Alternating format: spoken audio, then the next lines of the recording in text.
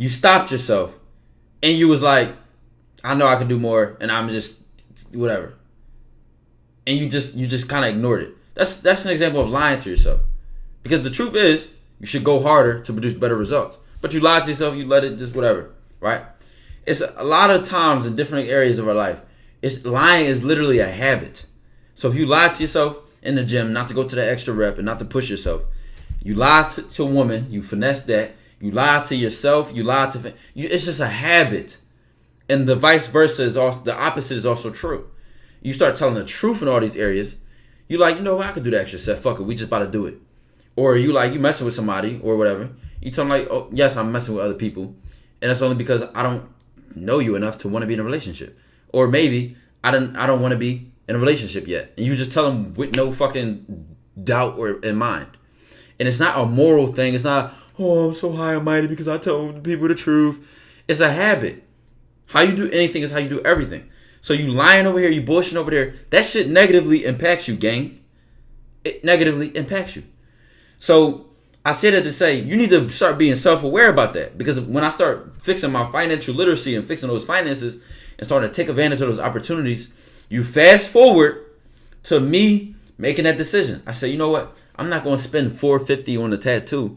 I'm gonna make it a goal. I think it was 9 books. It was 8 or 9 books that I wanted to read that summer on financial literacy to finally stop ignoring that voice in my head and take this shit serious. All the voices in my head. You know what other voices applied to that? You know what started to really improve other areas of my life because I was on that shit? I started being honest to women at the same time. Well, that shit really started like towards my end of the year of high school. Coincidence? I think not. That's when I met my mentor on the financial literacy shit. All other areas of my life started to really improve and get better. Why? Because when you're making that to-do list, when you're procrastinating, when you're on the grind, the same way you will tell yourself the truth, look at some shit and be like, all right, that's not the best way to do it. You are less stuck to your solutions. You're less emotional because you identify with the truth. You don't identify with the emotion. You don't identify with how you're going to feel. You identify with what the truth is. So when you identify with the emotion, that's why you lie, because truthfully, a soft lie is always better than the hard truth, depending on who you are as a person. And I'm gonna expand on what I mean by depending on who you are as a person. We all know them self-limiting thoughts. We all know the shit we tell ourselves. Oh, it's too hard. I don't know if we could do it. Weak ass, bitch ass thoughts that voice in your head says. Why do you believe it? Why do you procrastinate? Why do you choose fear? Why do you say I can't do it? And guess what? This is an important question right now. What kind of person would believe that? Type it out in chat right now. What kind of person would believe that shit? What kind of person? Let's see what titles and labels come to mind that y'all think about it. I love that first one. A bitch ass nigga. A lame. A punk. A pussy. A coward. That's literally what you have to be to believe such weak thoughts and procrastinate and avoid challenges.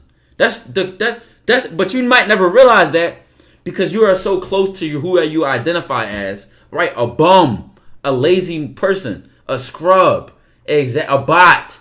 Exactly. And you know why this is important? Because you need to separate that entity, that identity, right? A phony, a fake, a pussy, right? A weak ass person. Exactly. You need to really you need to really identify that persona, because then you need to realize, like, damn, if I'm sitting here believing those weak ass thoughts and following that fear, what does that make me? I'm a bitch. I'm a punk. I'm a coward. I'm weak. I'm soft. Right? Because that's the kind of person it would take to believe those things and then make the actions behind that kind of mentality, that frame of reference. You really had to look yourself in the eyes and be like, yo, why was I scared to approach that woman? Why was I scared to apply for that new job? Why was I scared to start that business? Why have I been making excuses? What kind of person will believe excuses? Again, I'm gonna let y'all type in the chat. What kind of person will believe an excuse and stop adding an excuse? What kind of person? I'll wait. And it's funny how quickly these titles gonna come to mind. Not a fool, again, a coward, a weak person, right? A conformist, not a dumbass, right? A bitch, a bullshitter. Basically, nobody said a bullshitter. I don't know why y'all niggas said a quitter, a bullshitter. Only a bullshitter would believe that bullshit. That's what makes you a bullshitter, right? You have to believe bullshit. You have to do and act and think like a bullshitter. So y'all really gotta really think about that shit. Like, what kind of person do I have to be to believe some weak ass, sorry ass shit like that? Some soft, weak thoughts like that, and really identify with them. That's the point I'm making when I say you have to know where you are in order to really think about where you want to go. Because the first thing you realize is, damn, if I want to get shit done, this doesn't fit. This does not fit at all. How slow I do things, how many excuses I believe and make, it's not going to get me to where I want to get. Because guess what?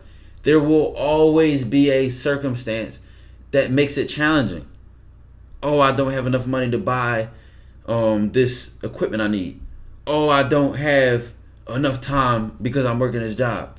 Oh, I don't. There will always be an excuse, gang. Always. It's always one. But the difference between a bullshitter and we'll just say a conqueror. I'm just coming up with a one-word title for their matchup. A bullshitter and a conqueror, a person that makes things happen, is what do you do about that bullshit? What do you do about that excuse? And I've seen a clip from The Boys, right, which is an Amazon show. I didn't even finish the show, right? But I saw a clip, and he's like, do you know what I'll do when I'm afraid? Do y'all know that clip?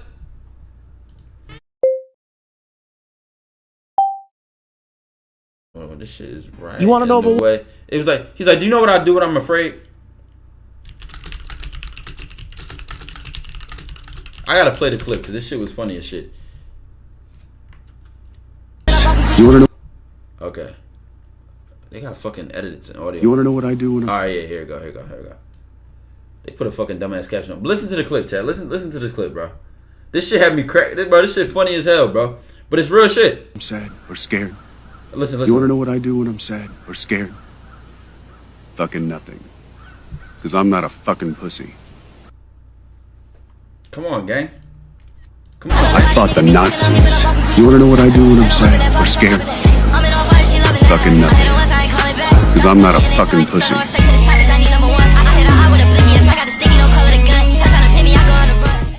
That shit hot.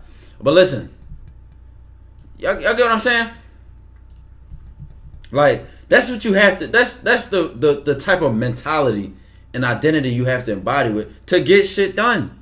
Otherwise, if you don't know the difference between a bullshitter and a motherfucking that's about their business, you're not going to sit there and come to these different circumstances and opportunities in life and handle them in a way which you want to.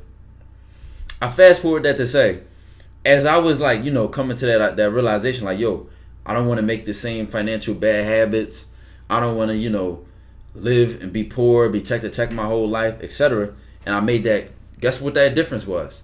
It was a consumer. It was the difference between a person who was a consumer and a person who was leaning towards financial freedom, right? Now again, what the funny part is? People say you either going up or down in life, right? But you know what? We just make it very simple. You're always going towards something. You're always going up. What is it though? Is it poverty and being the same? Or is it your goal? Or is it your goal? And the thing is, because our subconscious controls our behavior, you might not even consciously know what you're going towards. And that's the problem. No matter what, no matter how conscious you are, your subconscious always controls your behavior. That's just how we are as humans. It's the conscious, subconscious, then our actions. That's just the layers of our psychology works. So when you don't know what you're going towards consciously, there is still something. It could be anger. It could be insecurity. It could be weakness. You're going towards something. Your actions are leading you somewhere. You may not know. Even inaction. Let's say you do nothing. You're going up. You're going towards laziness, procrastination, being a bullshit. You're always going towards something. You just might not know what it is, right?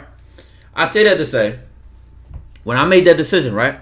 And I said to myself, out of all them years, all that thinking, all that time, all the situations I was using to take advantage, I looked at that situation and I said, you know what? I said, instead of getting this $450 tattoo, I'm going to get these 9 books and change how I see money, change how I think about wealth, and change all that by the end of this summer.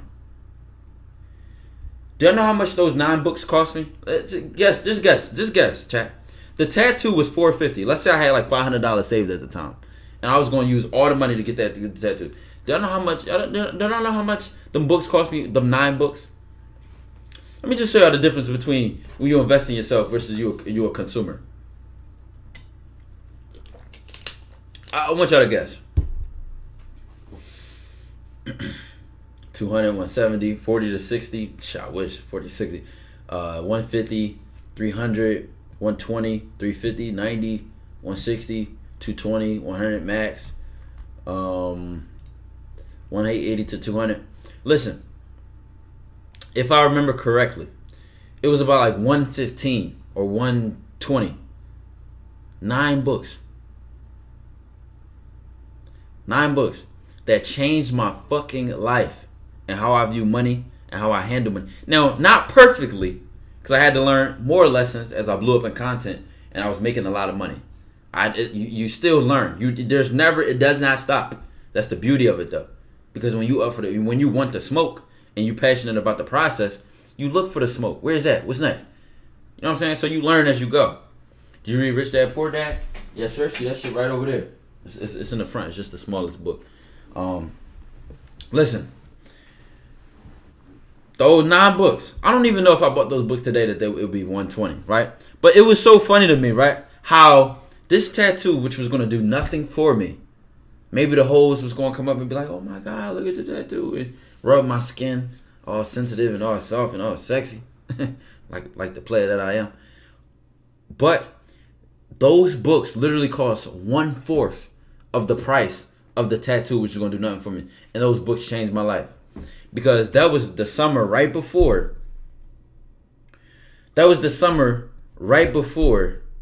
COVID. And it was that summer, then it was that fall, and then y'all know COVID hit in like February to March. No, you know what? I lied. 2 years ago was 11/8/2020. Or like August 8th. Oh, COVID had already hit. Excuse me, I'm tripping. I'm fried. My brain is fried. That was 5 months after COVID. So what happened was, number one, if you were a student in college and you had finances, like your school was paid for, right? All that money, the extra money, went to you. So I got bread from no, listen, I'm thinking this is before COVID. I might got my timing mixed up. Because I remember it was before all this random money just hit. Because once we got sent back home from COVID, they paid us for the half of the school year that we missed. They reimbursed us the money for the room and board, like our having a room on campus. And they reimbursed us for like other shit that we wouldn't be able to use because we wouldn't be on campus, like the gym, other shit that we paid for. Our meal plans got put back in there because we couldn't use it because we weren't on campus. They sent all of that money back. 2019 says 21 was a blur, bro. Like all them years is just like one big year to me. I don't know why I can't remember the timeline, but I remember it was after COVID hit because all that money got sent back. Now, mind you, you had that money. And I used that to get that first iMac computer, which I recently donated to a nonprofit organization. And I took that other money because, as y'all know, PUA hit. Now niggas was doing all the PPP loans. I ain't do the PPP shit, but the PUA, the unemployment, because my job fired me. I got fired from a job. That's the crazy part. I was going to take some of the money that the school gave back, which is a couple grand, and I was going to get a car so I could be driving to work.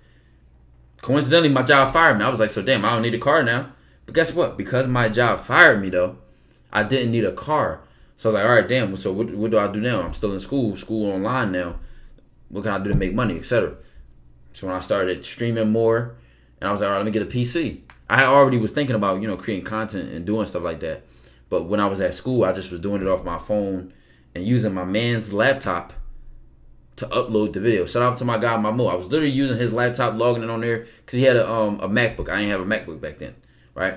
So, fast forward, I was like, all right, I'm going to get my own computer. I'm going to do this, I'm going to do this, I'm going to do that.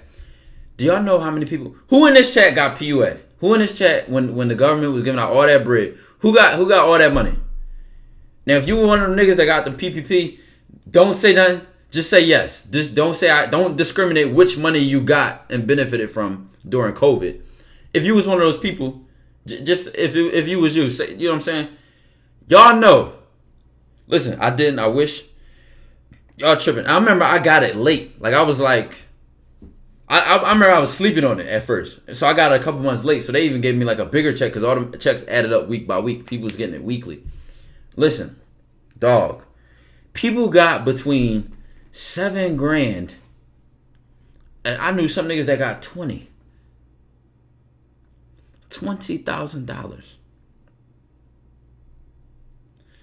$7,000.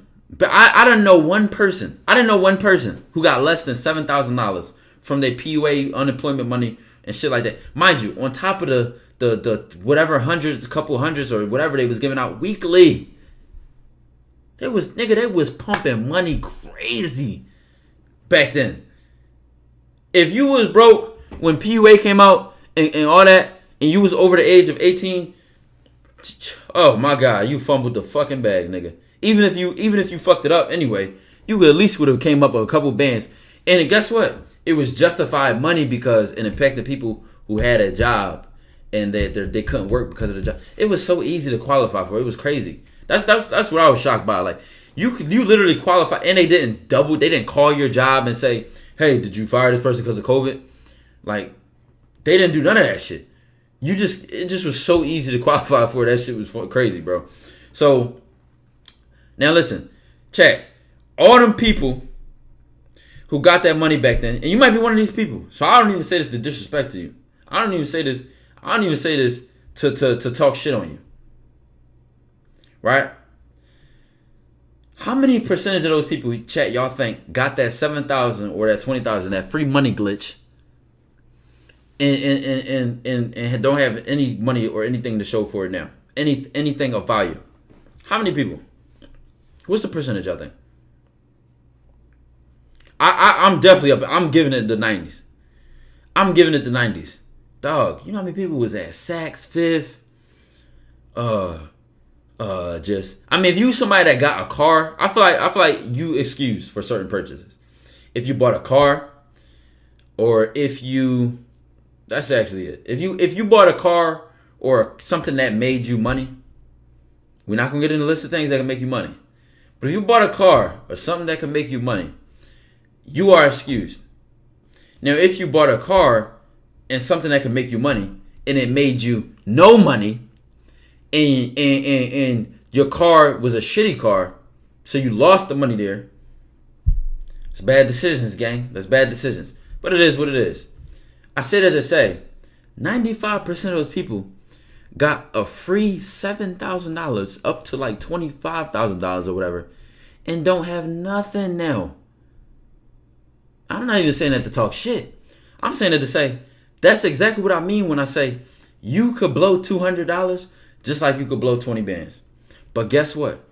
Fortunately, because I had read those books that summer before that, those 9 books, getting my money mentality right, when I had no money, when that money came, I never listened.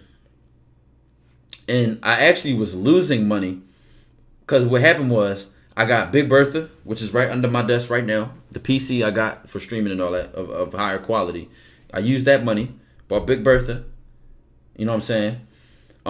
I told my dad, I said, yo, cancel the internet. I'm gonna buy the internet because I need it to be a certain speed to stream and upload videos and stream at a certain quality. So I put the internet bill in my name, and that's also when I started building my credit too. I already had a credit card, like a college credit card, but that was one of the bills I paid monthly. And I made decisions like that. Now, I was losing money for like the first whole year because I wasn't making. I couldn't get a payout from Twitch, and I was most consistent on Twitch. I wasn't even uploading YouTube, TikTok, none of that shit. Like I was uploading on TikTok, but I wasn't consistent with it, right? I wasn't creating no real motion, consistency, and sustainability from that shit. It was whatever. I was still, mind you, this is back when I was still on some pre-med student type time. Like I was taking fucking organic chem. One of those first classes I remember COVID brought, I was still taking calc at the time. Like niggas was on some shit. You know what I'm saying? Like this shit was no joke. So I still had a main life. Like so I couldn't really, lock in. But we was at home, COVID, online school. Niggas did what they had. Niggas had a little bit more free time. But it wasn't like I can go all in. Now, fast forward, because of that money, I could have went and grabbed a car. I could have went and bought all this designer shit. All this. You know how many people blew that money? Gang. Because I read those books, I had a Robinhood account back then. I put like I was teaching myself stock options. I was buying stocks. I had a TD Ameritrade account, I think. I forget, it was something like that. And I remember I lost the password and I had the stock in this company and I have no idea what to do with that shit now because I don't even know how to log back in that account. I was buying stocks, people buying all this designer shit. I was buying stocks and playing with the money. I remember as I was still reading the books and learning more shit and watching YouTube videos. I was like, let me at least put $1,000 towards some shit. Let me at least put 1,000 towards some shit, right? And this was gonna be like trial money. Now, if anybody in here, oh, you know what? I actually put 100 down. It wasn't 1,000. I put 100 down. Got lucky. Now listen, for any of my niggas in here that ever tried to make money from stocks and options, I took the $100 option and I made $850 off of that. Who had a high off of an option and got lucky? Do y'all know what happened with that $850? I took that 100 and turned it into 8. Do you know what happened to that $850? Lost it all. Gone. Blew it. That shit, I didn't even have 100. I didn't even have 100. Why? Because that stock shit no joke, gang. Especially options. That shit is no joke. I cashed out, but what I did is I hopped right back into other options. I was high off the drug of profit. You know what I'm saying? The drug ain't no more addicted drug like profit, nigga. I was high off the drug of profit. I went right back. I didn't say to myself, oh, I made 800. Let me take out 400 and put. See now, but this is something I would do. If I took that $100 that I was just using as test money from one of the books I learned on stock options and analyzing the company, and I actually made a good decision. The shit worked, and I made the 800. It was like a whole book on analyzing patterns in the stock, and I predicted the pattern right at a perfect time and made $800 in like a week of that first 100. It worked, but it's another thing to make money. It's another thing to manage.